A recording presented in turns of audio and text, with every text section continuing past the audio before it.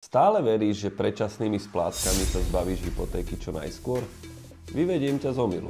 Predstav si hypotéku 150 000 eur na 30 rokov s úrokom 4% ročne.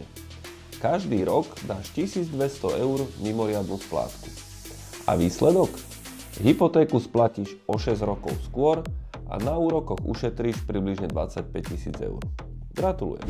A čo ak tých 1200 eur ročne zainvestuješ? Napríklad s výnosom 8% ročne? Hypotéku takisto splatíš o 6 rokov skôr, no na účte ti ostane príjemných 40 000 eur.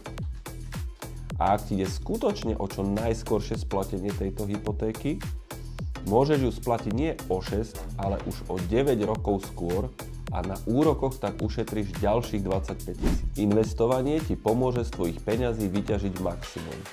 A čo ty? Budeš dávať radšej peniaze banke? Alebo si niečo zoberieš z jej ziskov?